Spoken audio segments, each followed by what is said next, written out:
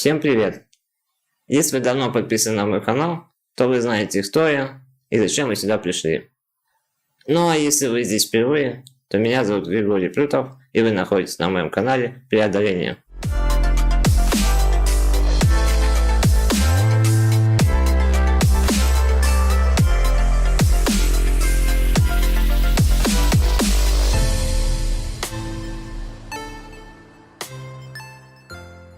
Если кому-то будет непонятно, что я говорю, тяжело будет разобрать мою речь, то в видео вы можете нажать кнопочку, и там есть русские субтитры. Ну, если, конечно, я их добавил.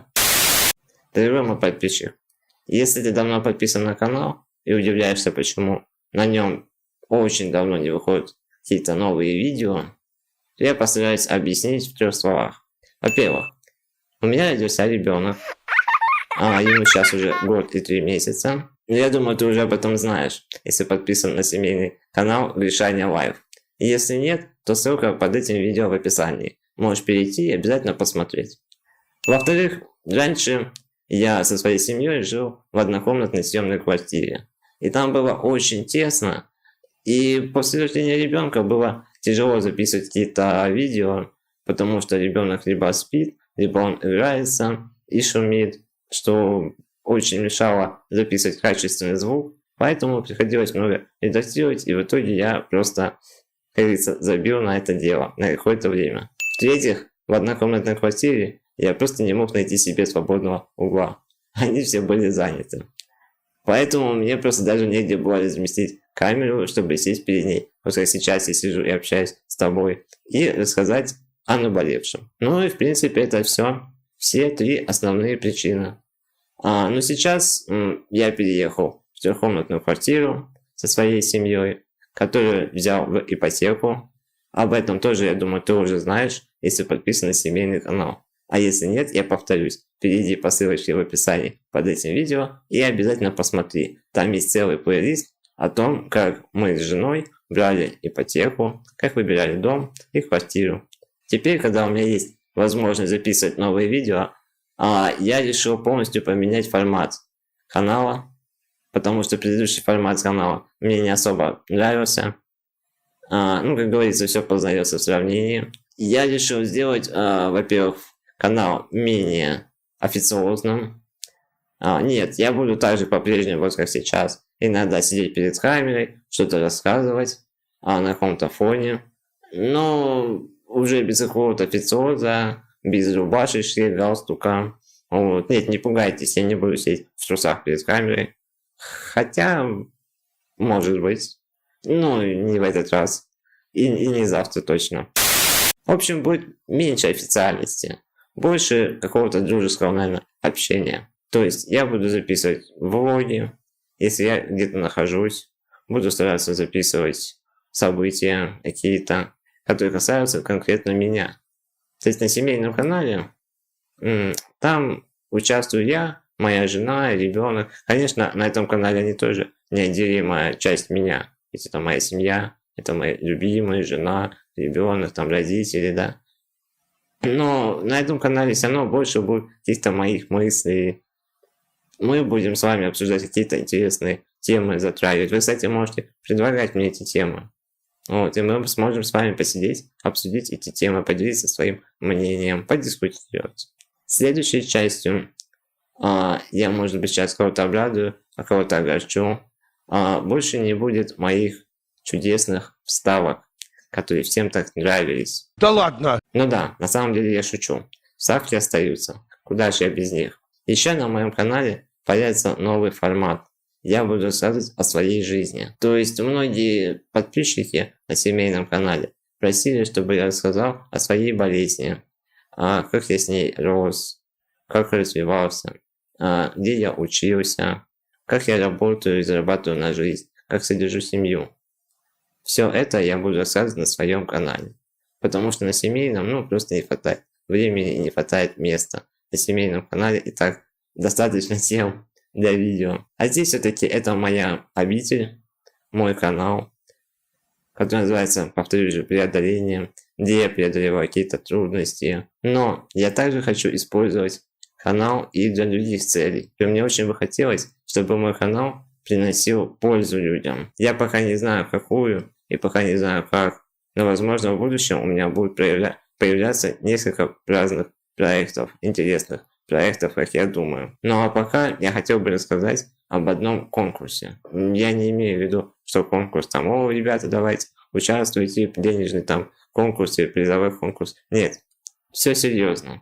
Ко мне обратились люди довольно-таки давно и попросили меня в информационной поддержке. Суть конкурса в том, чтобы привлечь как можно больше людей в улучшении доступной среды для людей с физическими ограничениями. То есть имеется в виду, что в России, я думаю, как многие заметили, и не только люди с физическими ограничениями, в России очень плохо приспособлены различные здания, различные учреждения, да просто даже в кино сходить на коляске, и то для многих непосильная ноша, да.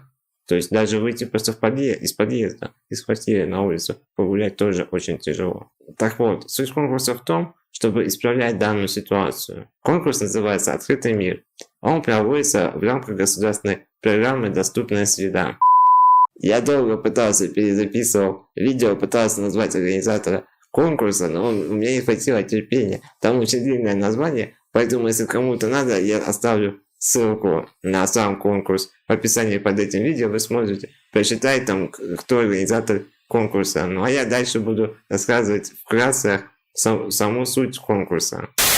Конкурс проводится при поддержке Всероссийского общества инвалидов, Союза дизайнеров России и Союза архитекторов России. Но там их, по-моему, значительно больше организаций, которые поддерживают данный конкурс. В конкурсе могут участвовать различные проекты, как архитектурные, ландшафтные, так и технологические, всякие подъемники, может кто-то изобретает, у кого-то есть проект, да, хороший, либо какой-то архитектурный проект по доступной среде.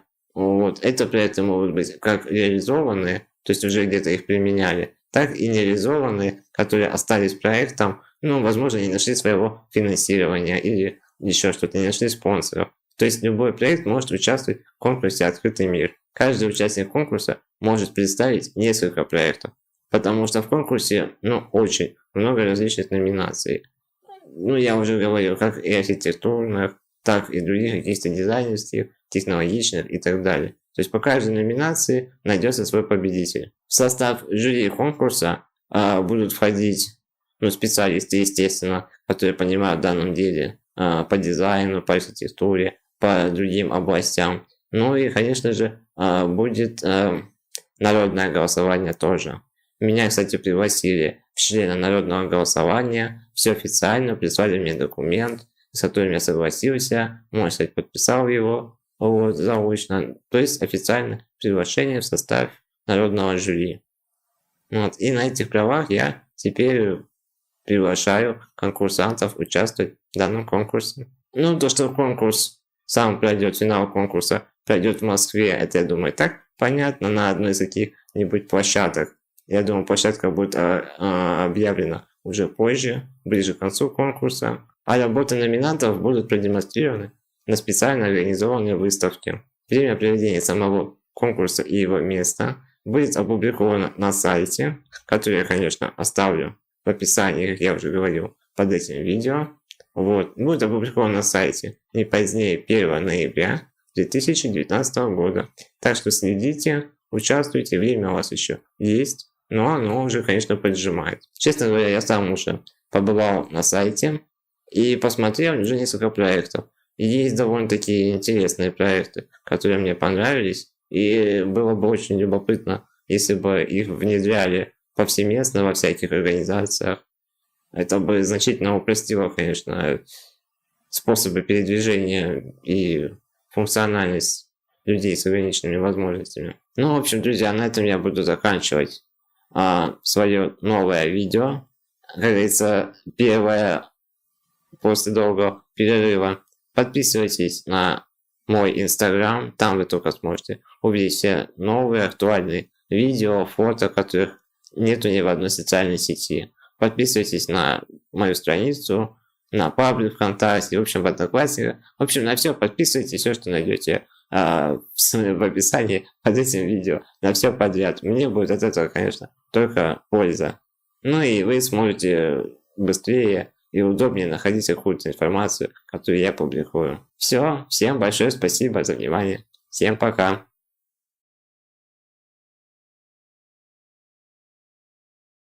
У меня есть вот такой вот кодекс блогера Ютуба. Это для ютубера как Библия. Вот. И я на этом кодексе, я не клянусь, но я обещаю своим подписчикам, что я буду стараться писать субтитры каждому своему видео, а также переводить его на различные языки. Ну, для начала начну с английского, а там уже как получится. Перевод, конечно, будет не идеальный, потому что англичанин с меня плохой, вот, и перевод тоже с меня плохой. Ну, буду переводить через Google переводчик. А там, может быть, найдется человек, который будет мне помогать, который знает язык, хотя бы 1 или 2. В общем, я обещаю, держась за эту книгу, что я буду стараться.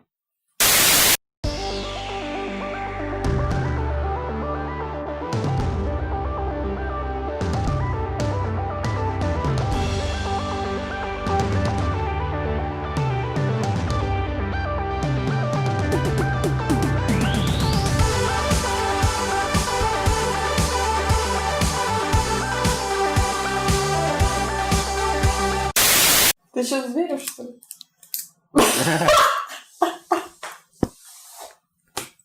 Что это было? Не знаю. По-моему, кукушка закрылась.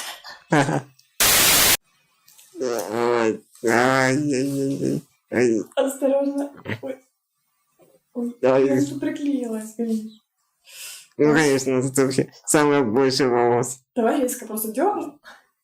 Давай. Давай. Резко. Ну, давай. Так, и держи голову.